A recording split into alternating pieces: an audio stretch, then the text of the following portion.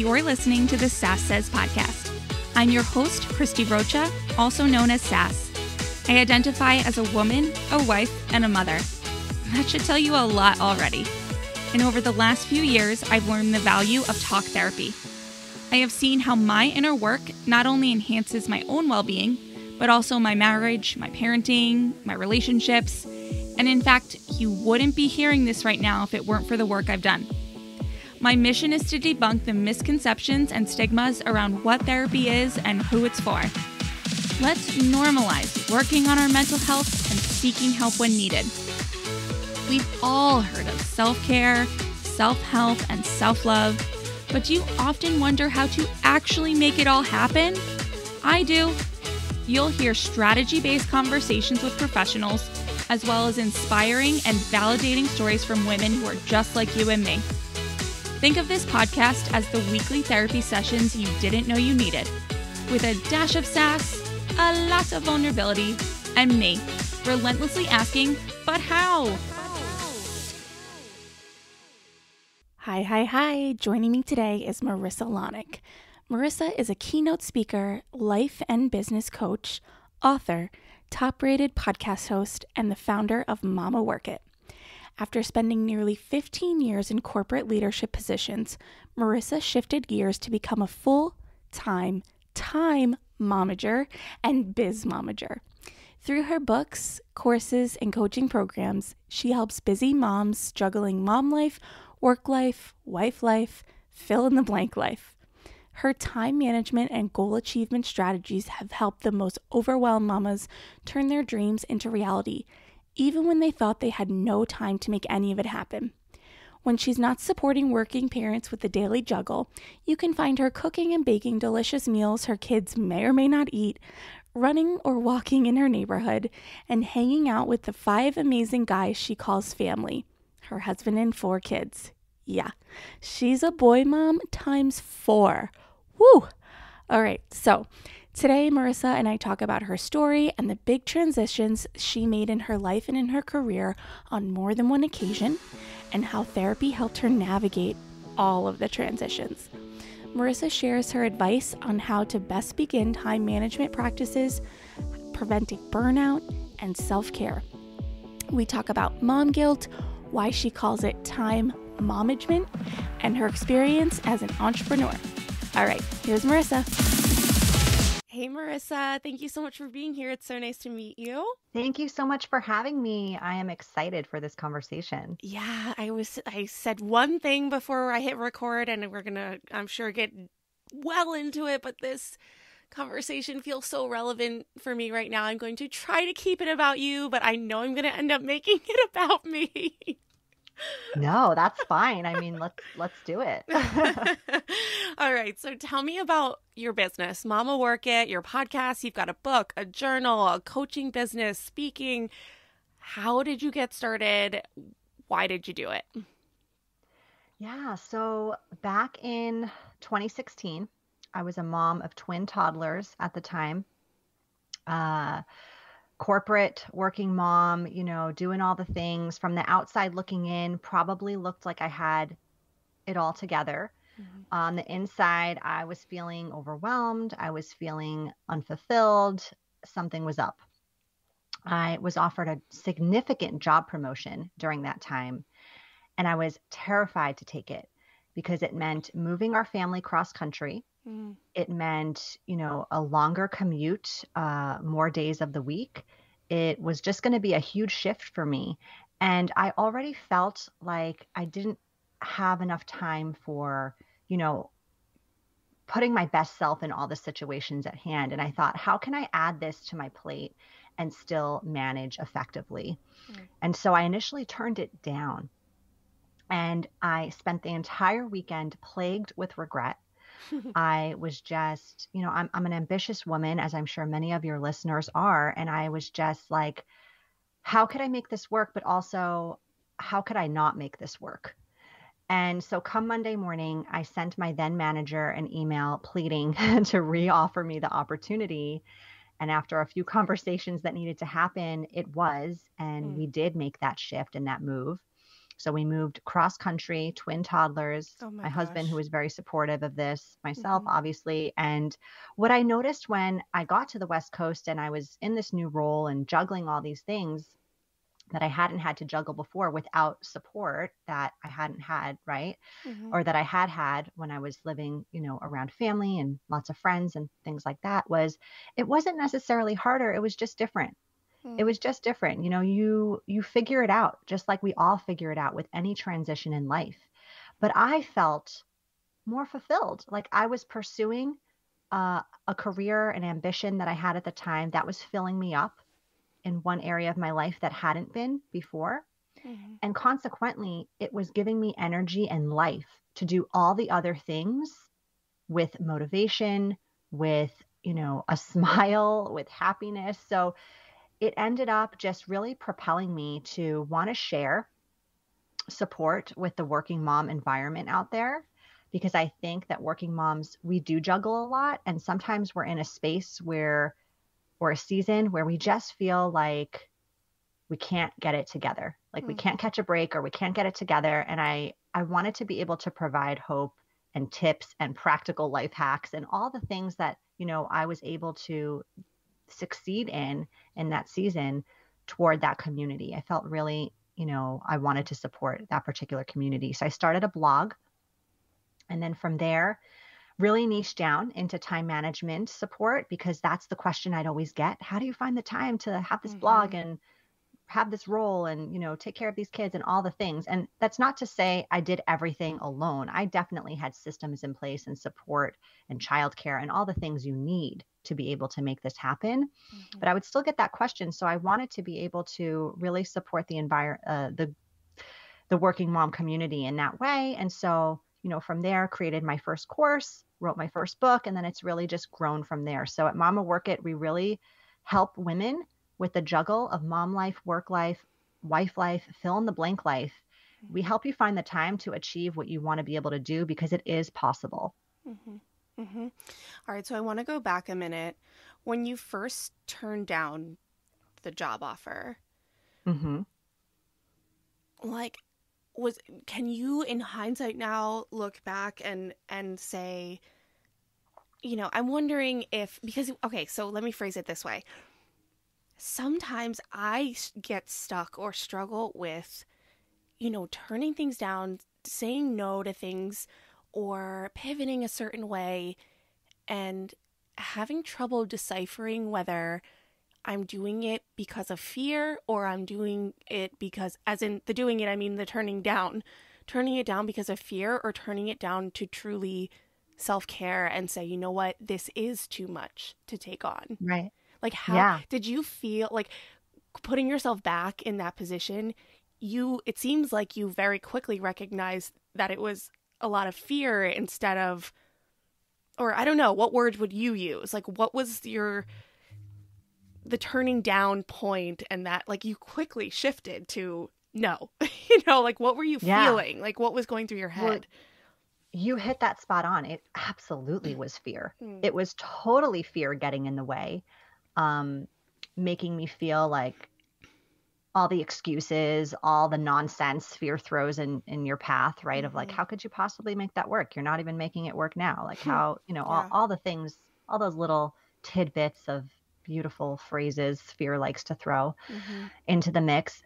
I think the fact that I had such a visceral reaction once I turned down the opportunity, like the weekend was just filled with, like, I couldn't get myself out of a funk. I was in a bad mood. I just, it didn't sit well with me. Yeah. And while when you do things that are scary, they often make you feel discomfort. Discomfort is different than feeling bad, right? Discomfort is different in the sense that it doesn't feel good, but it doesn't feel bad. Right. Right. Yeah. So that was one thing. And then I'm just going to mention this because I think it's so relevant to your show. At that time, I was going to therapy and trying to figure out what I could do to kind of, get out of this funk, right? I was feeling like, as an ambitious woman, I was feeling like my career wasn't growing at the rate I wanted it to grow. Mm-hmm. I was feeling like, on the same hand, I was a mom now for about 2 years, and I didn't want to, just go get a different and new job that would, because I really liked what I was doing in the company that I worked for, Mm-hmm. but I didn't want to necessarily like leave to just go make more money, because I knew that could entail super long commute or long hours away from home. I had a great schedule in that time. So I was really trying to balance like being a great mom, pursuing my ambition, figuring out what my next steps were, like figuring out how to get out of this funk. And then when I was going to therapy, this opportunity came up, and I'll never forget. The therapist said, she was like, well, what's making you feel like you don't want to take it on? And I said, well, I'm afraid I'm going to be away from the kids too much. Mm. And she said, how about looking at this from a perspective of, it's not quantity, it's quality. Mm-hmm. It's not the number of hours you're with them, it's what you actually do with those hours. And the fact that I could take on this new career opportunity, make significantly more money, have more funds to be able to do more fun things together, Mm-hmm. right? Mm-hmm. Was like, oh, yeah, Yeah. that actually makes a lot of sense. We can create so many more memories doing like exploring new places, and just, it just really started to come together in that way too. Mm-hmm. Mm-hmm. Yeah, I I feel like I don't necessarily experience the quantity versus quality, but the first person I thought of was my sister. She's, big finance and like big job. She's that girl, and she's climbed the ladder really high and works really hard, and she does work a lot, but I've never seen someone more present with a kid when she has that time. And oh my goodness, it's so fun to watch, because yes, she works a lot, yes, she's busy, but she and my niece are just so bonded because the time they spend together is such high quality. It's so focused. It's so fun. Like they have so much fun. And so that's I just thought of that. And I appreciate you sharing that, because I think that, it's transparency, that we need in this sort of mom culture, right? And then going back to, getting to the West Coast and feeling fulfilled and feeling all the good things, like that's interesting that you could feel that without the community and the support that you had back east. Like, can you talk about the initial transition? Was it like hit the ground running, I feel great, this is great? Or did you have any period of, oh my God, what did I just do? I think probably both. As I think back to that time, I mean, it was definitely a hit the ground running in a lot of ways, but absolutely paired with moments of like, yes, what? Yeah. what have I gotten myself into? So, obviously it was a change. It took some transition time. Mm-hmm. I was very focused on the work initially, but also equally as focused on the family and that transition. Mm-hmm. My husband was fortunate enough that he was able to like land a new job here very quickly and was able to grow professionally as well. So that helped as well, just ease my mind as to like, I'm the reason we're like uprooting our lives, but it's also good for him too. So that made me feel good. So early on, I was very focused on the work, the family, like making sure we were all solid and all those things, right? And then come about 2 months into my move, I had started working with a coach and wasn't really sure like what I wanted to be focused on, but that's the beauty of working with a coach. They will help you figure that out. Mm-hmm. And what I figured out was I need friends in my new environment. Yeah. So like that was one of my goals, to get some friends, right? Because I was definitely missing that supportive, physical closeness of having friendship. Mm-hmm. Obviously, I still communicated with my friends back on the East Coast, but I needed some like local friends for sure. And that's also where actually the Mama Work It used to be called Work It Mama, by the way. The Mama Work It blog started. It was a creative outlet called Work It Mama. It's where I would just like basically journal online about all the things working mom life. I wrote it as if it was a blog that thousands of people were reading. I literally told no one about it. It was for my eyes only. And yeah, that's where those things started to come into place. So, okay, so you've gone to therapy, you've worked with a coach. Like, what was the initial prompt for you starting therapy? How did you get into it? Was it like totally comfortable and just obviously I'm going to do this, or was there a struggle? Like, what was that experience like? No, I'm like a big advocate of therapy. I know there can be a negative stigma out there about it, but I personally am like, yes, an hour of selfishly talking about whatever I want to talk about with an objective party to just listen, I'm down for it. Right. So I went during that time, like I said, pre moving cross country, just because I was kind of feeling funky in this stage of where I was at. I'm such a doer and like a go-getter, and I was feeling kind of stagnant. So I was like, maybe I need to talk to someone about this, right? And figure this out. Was that the first time you had a therapist? It wasn't. It wasn't the first time. I had gone before. I can't remember exactly when, but like it was always a really welcome and open thing. I don't want to say growing up, but like as an adult, So it absolutely, yeah, it's something that I've tapped into before and I wanted to tap into again. And yeah. Okay. And then, so now, now you have experience, right, being on both sides of the coin. You've worked with a coach, you are a coach. Talk to me about the difference between working with a therapist and working with a coach. Yeah, it is very different. I think in therapy, you're dissecting a lot of the why behind, why you're feeling this way or what's potentially causing this, and really even kind of going back into past things in that sense. So you're understanding the underlying factors in that way and really exploring the why, in my opinion, anyway.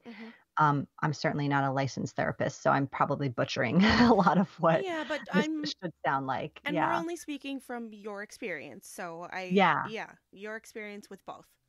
Yeah. So that's a lot of, I think it's talking through things, obviously, which is great, fully understanding kind of where they're coming from, why they're coming from, how we can kind of shift that in a lot of ways. And then on the coaching side, I find it's more about future, right? So it's more about what do we want to do? How are we going to accomplish it? How can I hold you accountable to get there, whether that's me or a coach I'm working with, right? Because I know when I'm on the receiving end of coaching, I don't want to let down the person that's investing their time in me. And I don't want to waste my money on this time, right? I want to achieve what I set out to achieve. And I'm excited that someone's going to hold my hand kind of getting there, or like maybe kick me in the booty when I need to. So yeah, so to me, it's more like futuristic based, goal based, clarity focused in that way. Okay. And that is more of a reason I would probably decide in a period of time to work with a coach over going to therapy and vice versa. Okay, makes sense.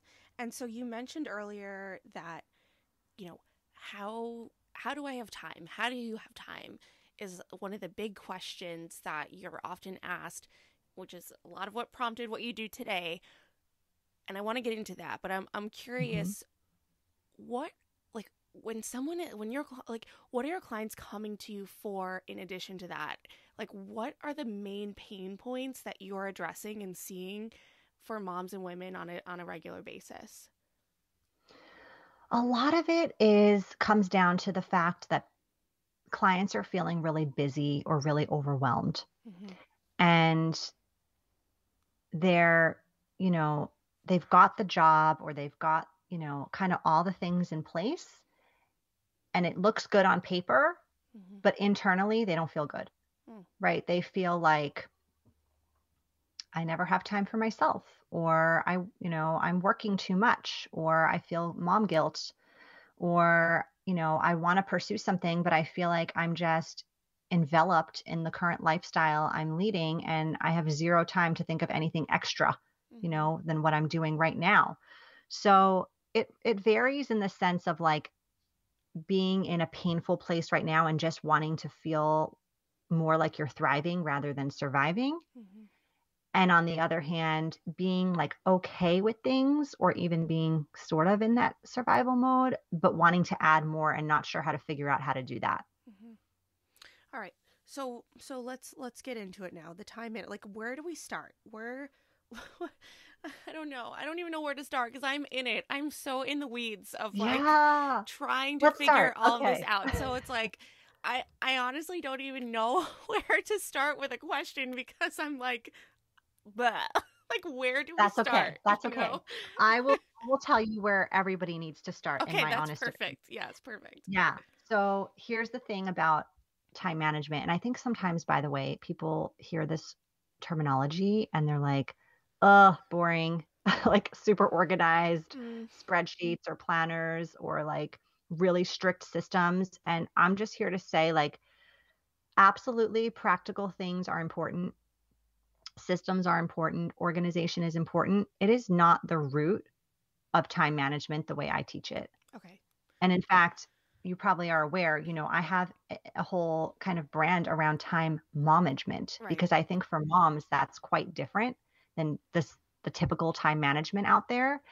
Yeah. A lot of people have a hard time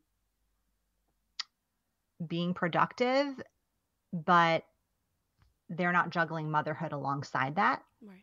So that's one difference. And also moms, a lot of moms are already pretty good, pretty darn good, even if they don't realize it, at juggling lots of things already for other people, other things in their lives, but not as good for themselves. So that's really where the time management concepts come from. But where do you start? Okay, the first thing you need to do when you are figuring out how to manage your time as a busy mom or as anybody really is you need to be clear on how you want to spend your time, because without that real clarity, what happens? You end up wasting any free time you get. And we all get free time every day. Like, no matter how busy you think you are, you have pockets of time every single day that you are likely filling with garbage, with things that aren't bringing you any closer to where you want to be, aren't helping you achieve goals, aren't, moving the needle on projects. And that's because you're not clear on what those things are. Mm-hmm. Mm-hmm. So we're getting quiet, we're sitting down, and we're just kind of word vomiting on a piece of paper the things that are important to us, the things that we want to be doing. And is there more to it than that, or is it like a then what? Yeah, so absolutely brainstorm that to begin with, Mm-hmm. right? Put that all down on paper, get it out of your really heavy mental load, clear the Mm-hmm. clutter.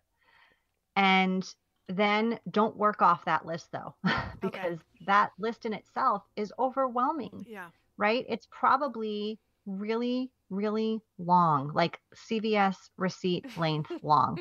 So, one really simple practical hack tip that I like to tell moms that I work with is focus on three small goals a day. Mm. Like, take a look at that list, highlight or circle three things that you are going to absolutely hold yourself accountable for today. And those are the three things you prioritize. If you get more done, great. If you don't, you only set out to do three. Mm-hmm. Mm-hmm. Mm-hmm. All right. So here's where I'm gonna make it about me for a second.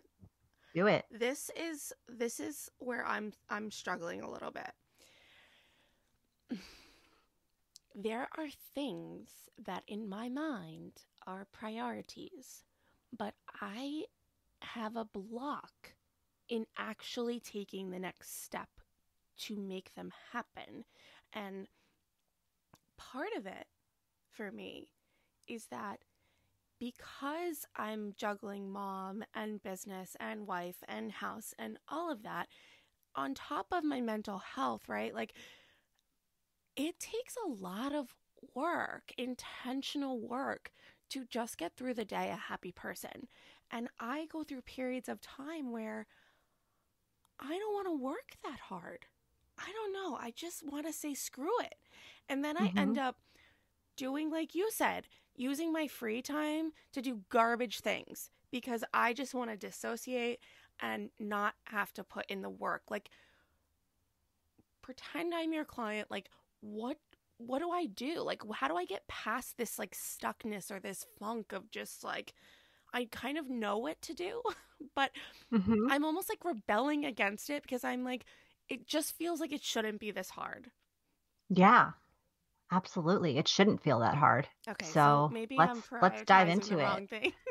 Well, what are the priorities if you're open to sharing? Yeah, so right now I have been saying for so long that I want to get up earlier because I haven't gotten better about it, but I'm pretty much getting up with enough time to put clothes on to get the kids to take them to school.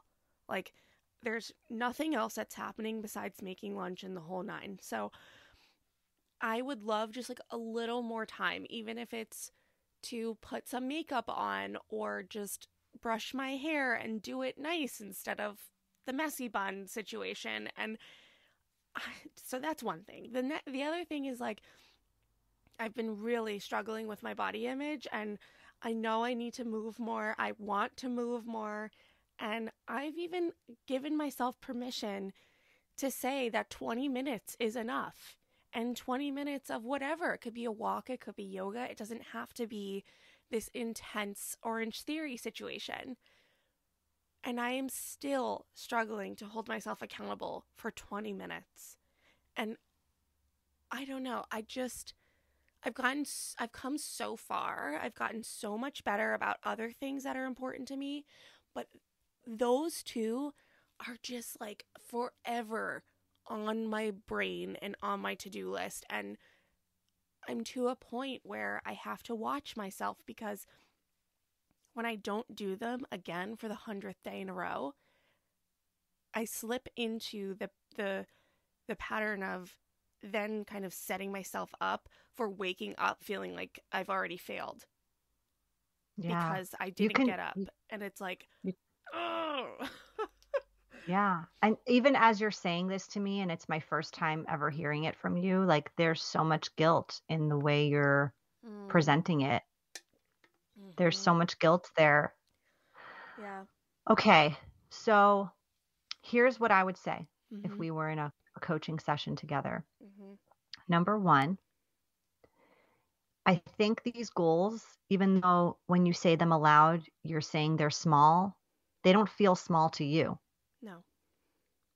They feel very like intense and unattainable, honestly. Yeah. Yeah. So let's break it down even further. Maybe we pick one of the two. And maybe it's not every day, it's 3 days a week. And we start with it. And we go from there. Yeah. Maybe it's like a marathon training schedule almost, where it's like next week I'm going to do, and let's take the morning routine one, for example, because I'm a big fan of morning routines. I'm a big fan of exercise too, but morning routines absolutely can dictate your whole day. 100% agree.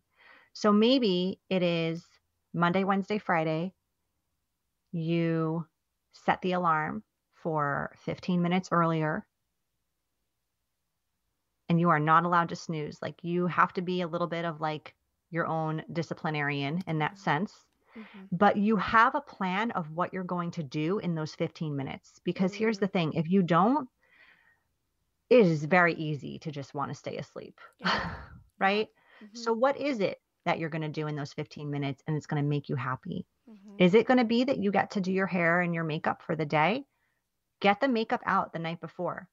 Get the blow dryer out, put it on the vanity, like whatever it is, get it all set up, lay the outfit out, pick something you actually feel beautiful in to wear. And kind of start from the night before, I would say too. Don't Yeah. stay up too late on your phone. I know. Move your phone away from your bed. I know. It's Like torture. set yourself up for success in that way, like thinking 5 steps ahead. Yeah. Yeah. Yeah. No, that's good. I like the plan it out, because I think what I do is that I think in my mind it's planned out, but it's actually not. It's like in my mind, I think if I had 15 more minutes, I could do these things. But truly, if I'm honest with myself, I'm thinking of way too many things to fit into a 15-minute window. So Mhm. actually, I'm a pen and paper girl. So like actually writing it out, I think would be very effective for just saying like, okay, 1, 2, and 3. Those are the 3 things during that window. Yeah, so the Word to Your Mother journal planner that Mm-hmm. I developed in 2020 Mm-hmm. is like the perfect solution for something like this. And I Okay. like that you said your pen to paper. I am an electronic calendar person, but there are certain things I like to write down Mm-hmm. because I don't necessarily have a time of day. I know I'm going to do them, but I know if I write them down, I will get them done. Yeah. Yeah, I'm an electronic calendar person as well, but it's for anything truly self-development or looking inward, like all of that type of work has to be pen and paper for me. Like I can't Hmm. type it. It just feels disconnected and and almost like you said, it's like at some point during the day, my phone becomes so unappealing to me that anything about taking a step towards doing something positive for myself or different, I won't even use the word positive, just different, it can't have an attachment to my phone. Like, Yeah, yeah, that's a good point. because I just want to like chuck it across the room by a Yeah, certain no, for point. sure. For Yeah. sure. Okay, I like that. I like that. Okay. All right. All right. I listened to um your most recent episode of your podcast, and I thought it was amazing. Thank Prioritizing. you. Yeah, no, it just was like it just hit so many things on the head. Like, talk to me a little bit about why it's so important to prioritize ourselves, prioritize our health, and how, we can start to get more into that. Yeah, absolutely. I was not always a subscriber to this, truth be told. Like, I absolutely was the busy bee doing all the things for all the people, saying I had no time to work out. I had no time to take a deep breath. Like, I had no time to do anything for Mm-hmm. myself. And what happens when you're in that situation is you're sure, you're getting lots of things done, but are you really happy doing them? No, you're not. Like, you're just checking boxes down a list and going through life kind of in this like monotone, really, the word is escaping me, but just like sort of like a robot in a way. Yeah. And then Hamster B, wheel. hamster wheel. Exactly. Yes. Thank you for that.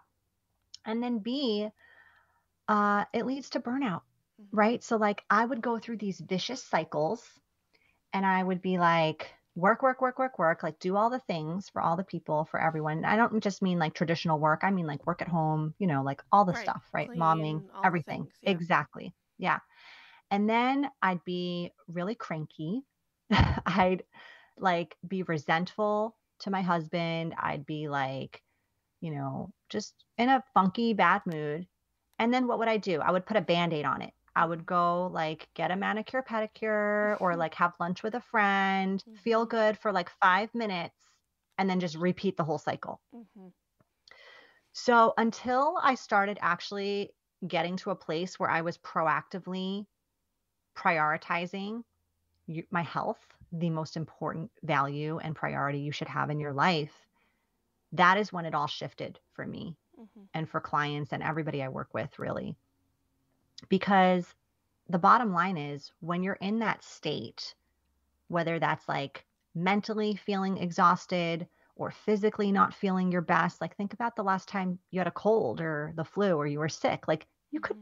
couldn't possibly get down your to-do list and get everything done that you had to get done in the day. Or if you did, because maybe you're a mom and you know, don't have like reinforcements to back you up sometimes, you're doing them with like such little energy, such demotivation, like really cranky. It's just not a good vibe to be in.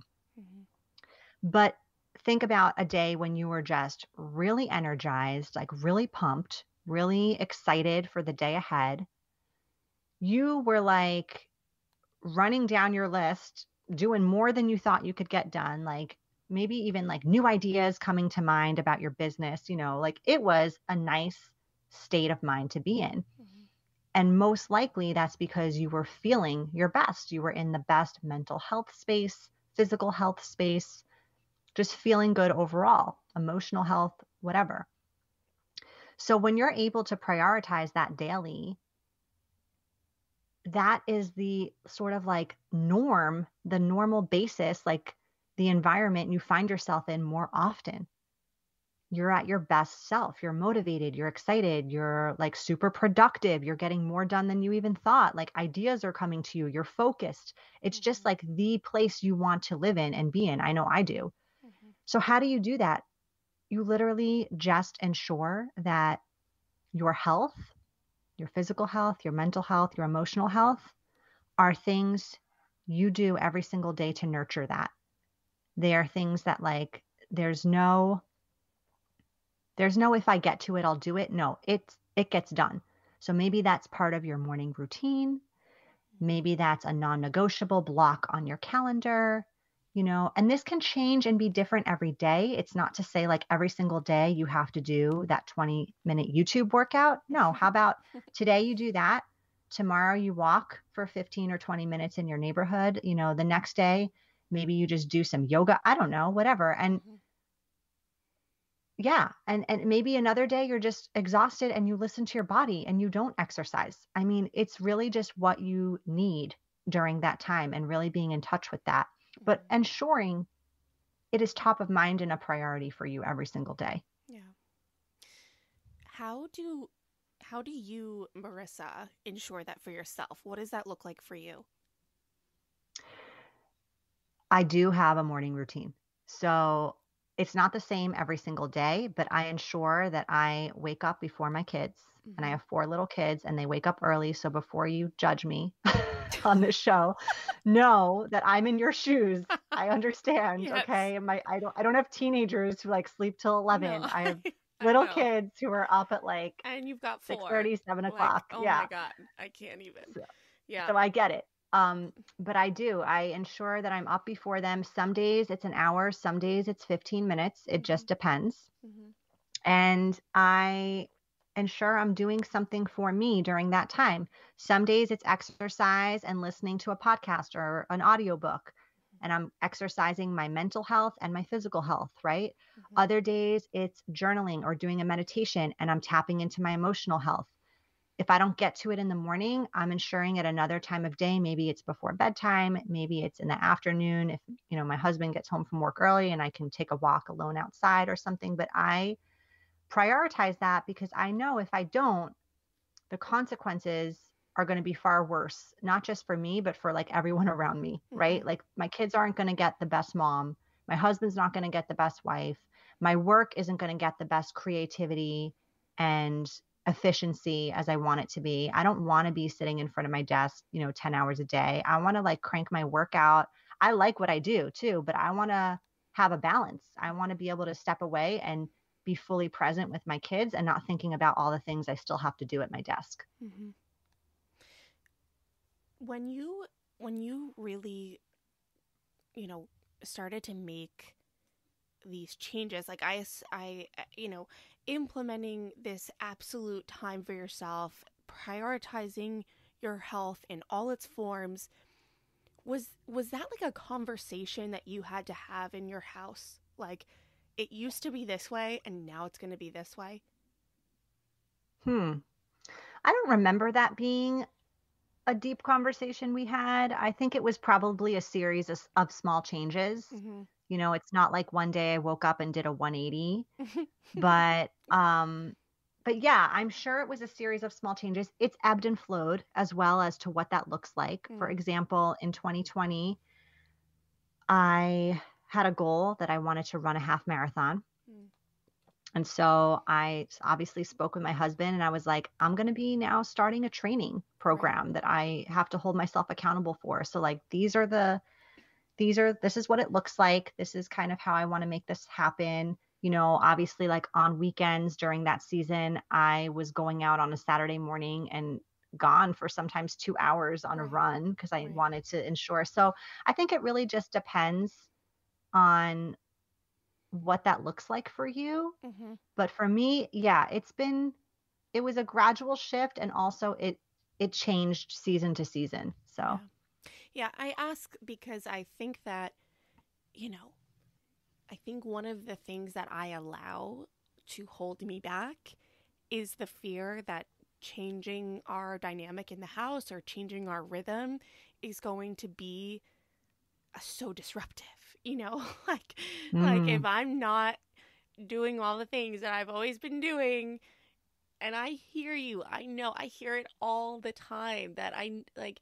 And I actually think it's really starting to sink in. I'm really, you know, when you can feel yourself like bubbling to that point of like, okay, enough. You know what I mean? Like enough talking about it, reading about it, doing like interviewing people about it. I have to start, you know, hitting the mat, so to speak, in how I'm going to implement these changes. But I know leading up to this point, that fear of, you know, of changing it up is certainly like what is still, I guess, to some extent, an excuse for not doing it, because my husband wants nothing more. My kids want nothing more than for me to be happy and present and, you know, all the good, fabulous things. But it's still there, that fear of like, okay, if I'm not how I always was, being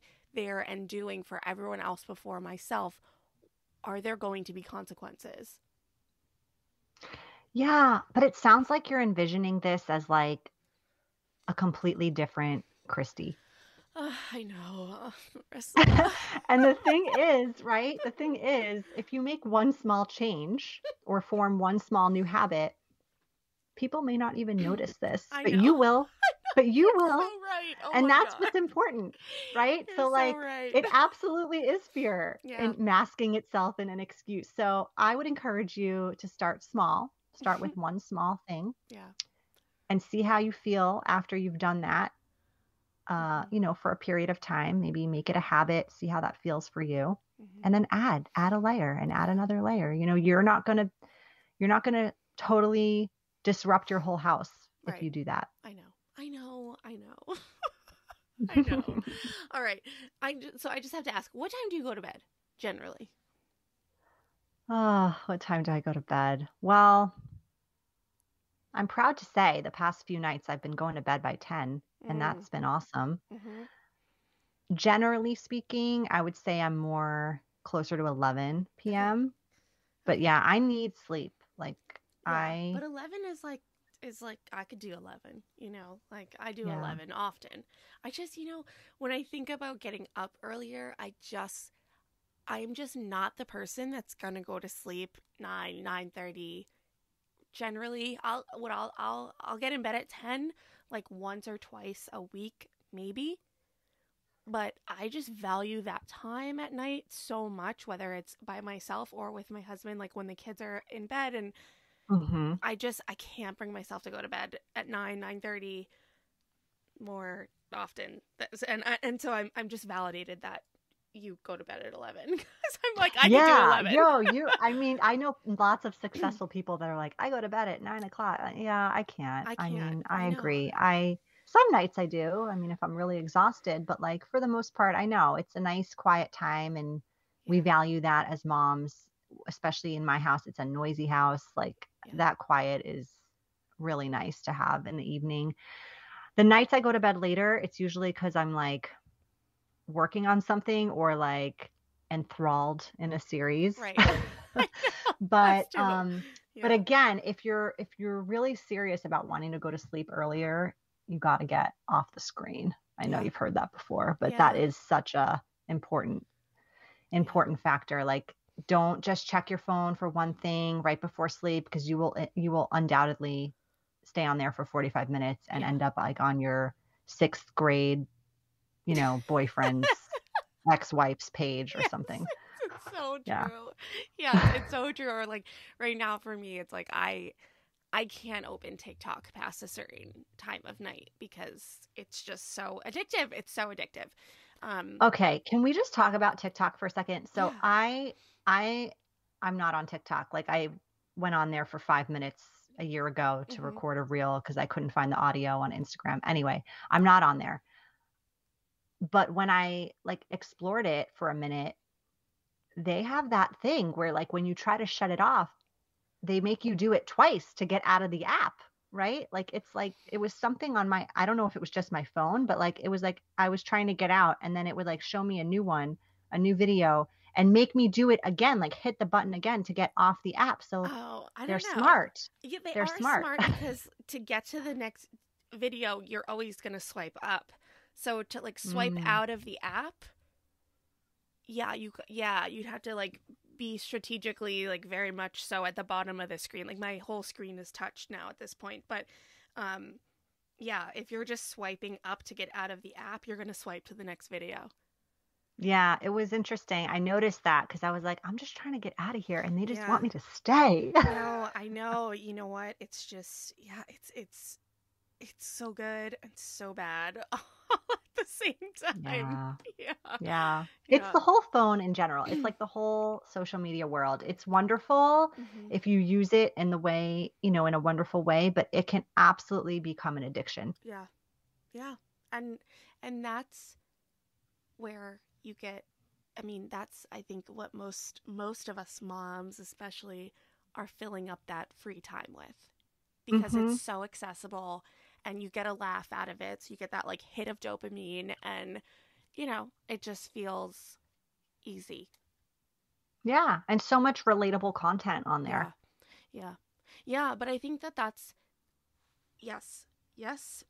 And that's where I'm starting to get really frustrated with myself in that I don't, like there was a time, I think, particularly during the pandemic where it like we're still in pandemic, but during the initial lockdown, the initial quarantine, that seeing that relatable content was so validating because I was so isolated. We were all so isolated that seeing someone else going through the same thing and making a joke of it and having a laugh was so valuable. Like I can think of several creators that truly like got me through a day sometimes, but at this point I definitely put those types of accounts and some of the social media platforms in the category of, okay, I've consumed the content, I've read the books, I've listened to the podcast, I know what I need to do, I just now need to do it. And the more I consume the content, I continue to get validated, but it's like I've been validated all day. Like it's enough, Like, like I just need to take a step. Okay, so in speaking of, taking a next step, like tell me about your Time MOMagement course and what that looks like. Someone is hearing all of this and going, have to work with Marisa. Like, what does it look like to work with you and all that? Like, how does it look on a tangible basis to work with you, and what can someone expect? Yeah. So the Time MOMagement track it's a 4-week program. So each week you get access to new training videos, new resources like downloadable PDFs and quizzes and recommendations. And it's all related to what you're watching in the training videos, all led by me. And you do this for 4 weeks, every single day during the 4 weeks. Because I don't know about you, but when I sign up for programs, sometimes I lose steam. I lose steam during that period. And when I developed this program, I wanted to ensure that is not the result that people got. So even if they started super motivated, they were going to end with that same level of motivation, if not more. So every single day during this program, I'm in your inbox. Hi, holding you accountable, supporting you, giving you some motivation, whatever it is you need at that time. So you are constantly feeling like even though you bought this course and you're taking it kind of on your own time, on your own schedule, solo, you feel supported. You feel like I'm with you there each step of the way. So that is the Time MOMagement program. If you want to level that up, there is the option to work one-on-one with me during those 4 weeks on a weekly one-on-one coaching session as well. Okay. And so when someone finishes the course, what do they have in front of them? Like what are they hitting the ground running with? Is it like a personalized plan, or like, I guess I'm just trying to envision and help myself understand when I'm done with that, am I like, okay, here's my routine, or like I don't know, just help me understand it a little bit more. Yeah. So it's not about when you're done with it that you like start the routines. You start them from the beginning. Okay. So like from day one in that program, you're already diving in and making headway into how you're managing your time, what systems you're using, what support systems you're tapping into that maybe you haven't been, how you're asking for help, how you're comfortable receiving help, how you're momaging your time, your mom guilt along the way. Like all of this is happening throughout the 4 weeks. So by the end of the 4 weeks, while we're never going to be perfect, you're going to feel really like a whole new person. Like you're going to feel like you have a handle on your time and schedule. You're going to feel like you've got practical systems in place and a better way to sort of set the expectations and organize your daily routines and to-dos. You're going to have new habits implemented that are like no-brainers that you just do on autopilot. You don't even have to like put any effort anymore toward doing that. You're going to have a new perspective and way to think about just the mom guilt that, to be honest with you, even if you've got all the systems and everything in place, if you don't have the mom guilt in check, she's just going to sabotage it all. She's just going to walk on in with like her clunky heels and like wake up the sleeping baby and like really mess with your whole like mojo flow. So each week is kind of a new series of videos, a new series of concepts to be diving deeper, customizing in your own plan. But I would say it's not at the end of the 4 weeks that you start implementing. You start implementing from the get-go. Okay. All right. Thank you for going into that. I just, I think that, it's an investment.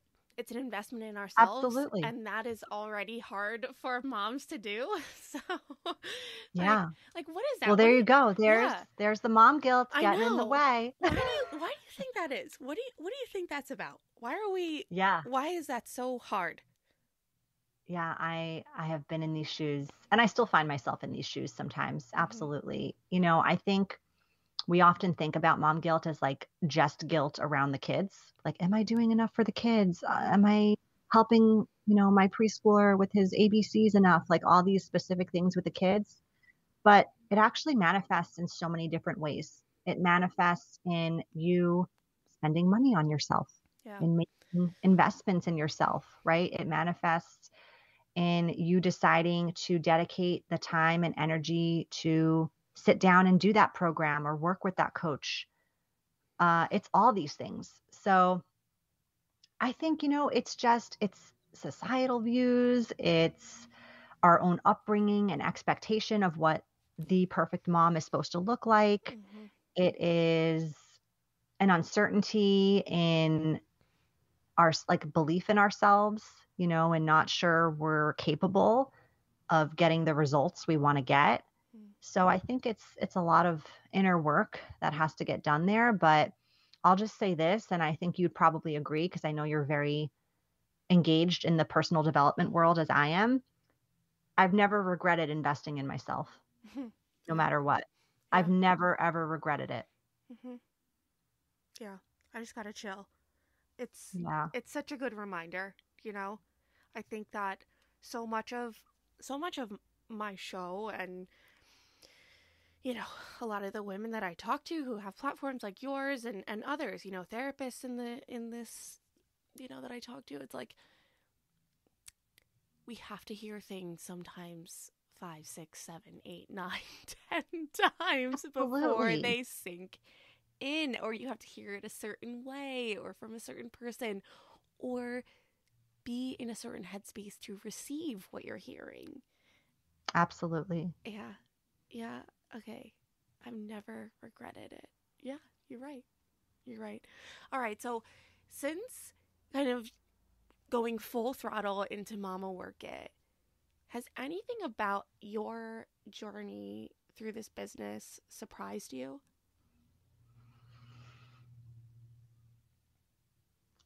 Yeah. I mean, so I've been running my business for nearly 4 years. I started it as a side hustle while I was a working corporate mom. Mm-hmm.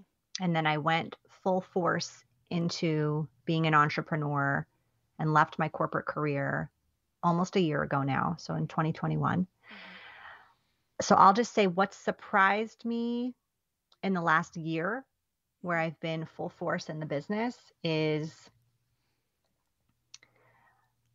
when you are an entrepreneur, you can easily find yourself to have the worst boss in the whole world.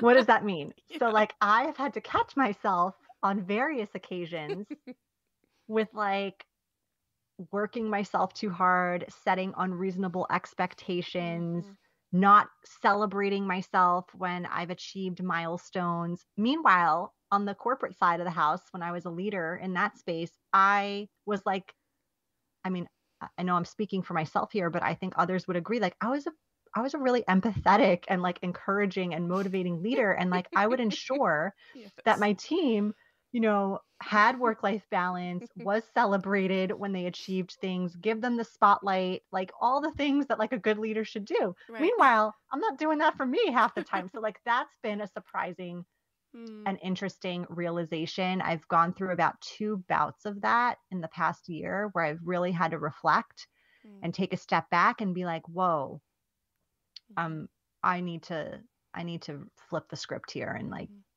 get back to what are my core whys here and why I'm doing this and like, run this business in the way I want my life to look. Yeah.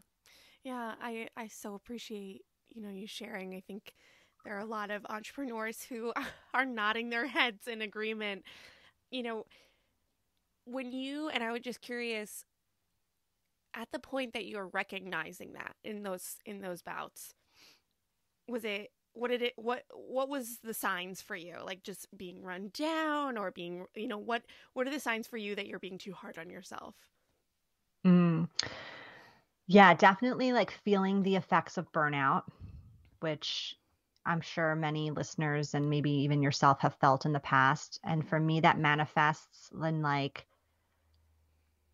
an inability to really compartmentalize things. So like work always running in the background in my head when I just want to be able to like focus on my kids in the afternoon or, focus on even relaxing in the evening, right? Right. Also just like nervous system, like constantly feeling like tense and yeah, just like when your nervous system is the feeling, right? Yeah. I'm kind of like my body right now is like making like these weird like fists with my hands, like Yes.